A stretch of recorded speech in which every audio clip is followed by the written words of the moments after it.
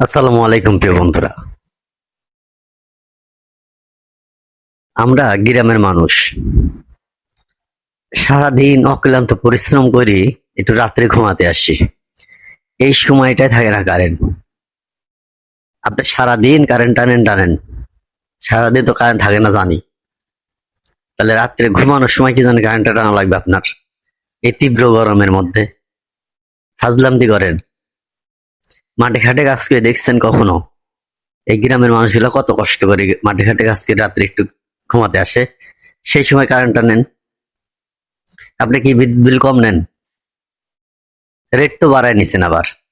তাহলে আপনি সেবা দিবেন না ঠিক করে কি জন্য? আপনি রেট বাড়াইছেন, সেবা দিবেন, টাকা তো আমাদের পকেট থেকে, আপনার সমস্যাই। একটু রাতের কি ঠিক মতো ঘুমানো যাবে না? মাথাটা গরম হয়ে গেছিল আজকে। প্রত্যেকটা দিন এই সমস্যাগুলো হচ্ছে।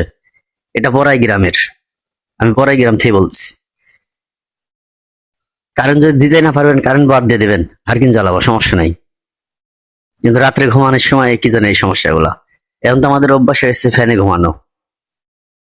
আগের যুগের মানুষ হাত পাকায় ঘুমাইছে, সমস্যা নাই, কারেন্ট ছিল না, গাছের বাইরে শুয়ে থাকছে, বাতাস পাইছে। এমনকি সেই দিন আছে লুঙ্গি পর্যন্ত হারা যাবে বাইরে ঘুমায় থাকলে। শোয়ার সময় কারেন্ট থাকে না, কি ধরনের সমস্যা? কারেন্ট যদি দিতে পারেন ভালো করে দিবেন, আর নাহলে দরকার নেই। আর বিশেষ করে রাত্রে টানবেনই না।